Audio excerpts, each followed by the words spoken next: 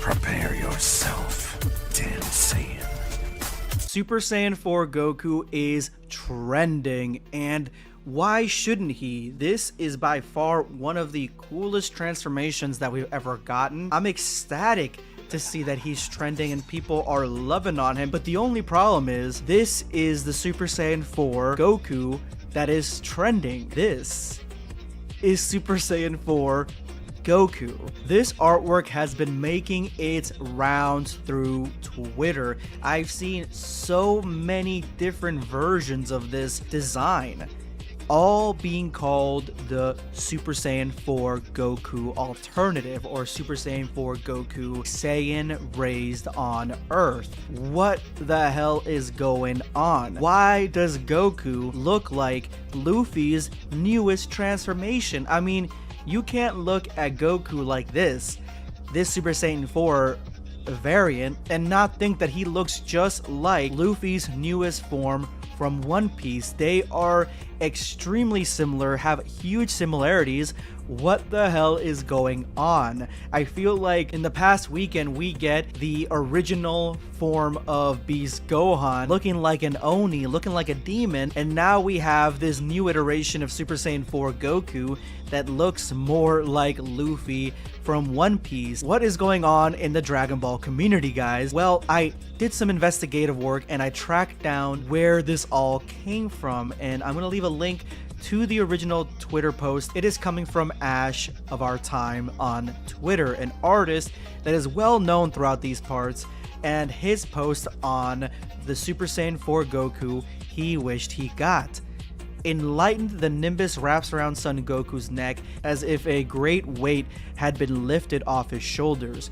He who sees past the clouds to the void, the master of knowing nothing. As most of you know, I really don't like Super Saiyan 4, so here's my redesign I call Saiyan Raised on Earth. There is a lot to unpack here. First and foremost, the clouds that look similar to Luffy's, they're actually the flying Nimbus, which to me, now I can kind of see the difference. I can see the difference between what looked like Luffy or Goku looking like Luffy, but now it's just a flying Nimbus, which I think is a really neat touch, something we've never seen before. And the second thing is really the master of knowing nothing. Goku knows a lot, although the airhead nature of this character has now basically cemented itself very well in the zeitgeist of the Dragon Ball fandom. Everybody thinks that he is a moron, but I don't know if that's exactly what Ash is going for.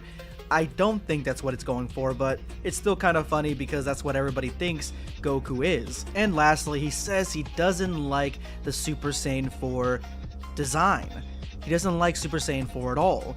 So this is extremely funny because with Ash, in my opinion, being the first person outwardly to admit that he does not like that transformation, because usually Super Saiyan 4 is universally loved. There is now a war in the comment section of most of these posts, and just a huge discussion as to how cool and how awesome Super Saiyan 4 actually is, and if it is a mid transformation. I do think that this transformation is really neat, and it reminds me of the Warrior from Heaven transformation that we got in the animation. Legend, A Dragon Ball Tale did a great job on that design, and this seems like in that same wavelength.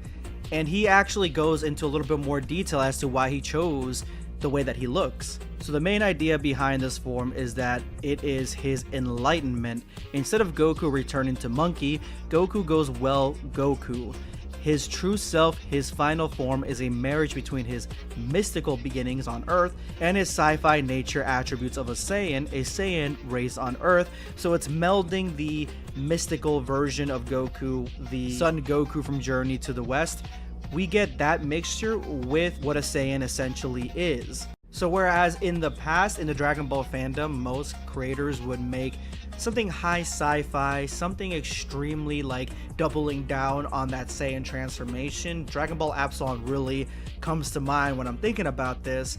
The future of Dragon Ball when it comes to fan-made transformations and fan-made stories seems to be going more in that mythical route, making these characters into mythical heroes, going deeper into the lore that is Journey to the West, and kind of not making it as sci-fi as it used to be. The biggest example that we have here is that he also made a Vegeta variant, which has even the Saiyan logo as his halo.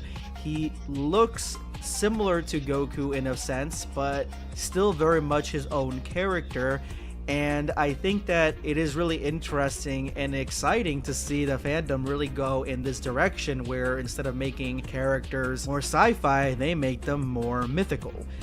But with that being said, as much as I like these transformations, I honestly love them. Love the design, everything about them. I really do think that Super Saiyan 4 is a good design. Super Saiyan 4 Vegeta, on the other hand, is a little bit iffy, but Goku is almost perfect. And the Super Saiyan 4 variants within that universe and even OCs that are being made, it just fits. It fits the Saiyan motif. So if I really have to measure up, I really do think that the Super Saiyan 4 original is better than this, if I had to really think about it. But this is really cool, and I don't want to diminish this because this is a fan-made design as opposed to a studio-made design. And I think that they're both really cool and they both can coexist. It's going to be BlackScape signing off. Take care, guys. Subscribe for more content. Or perish.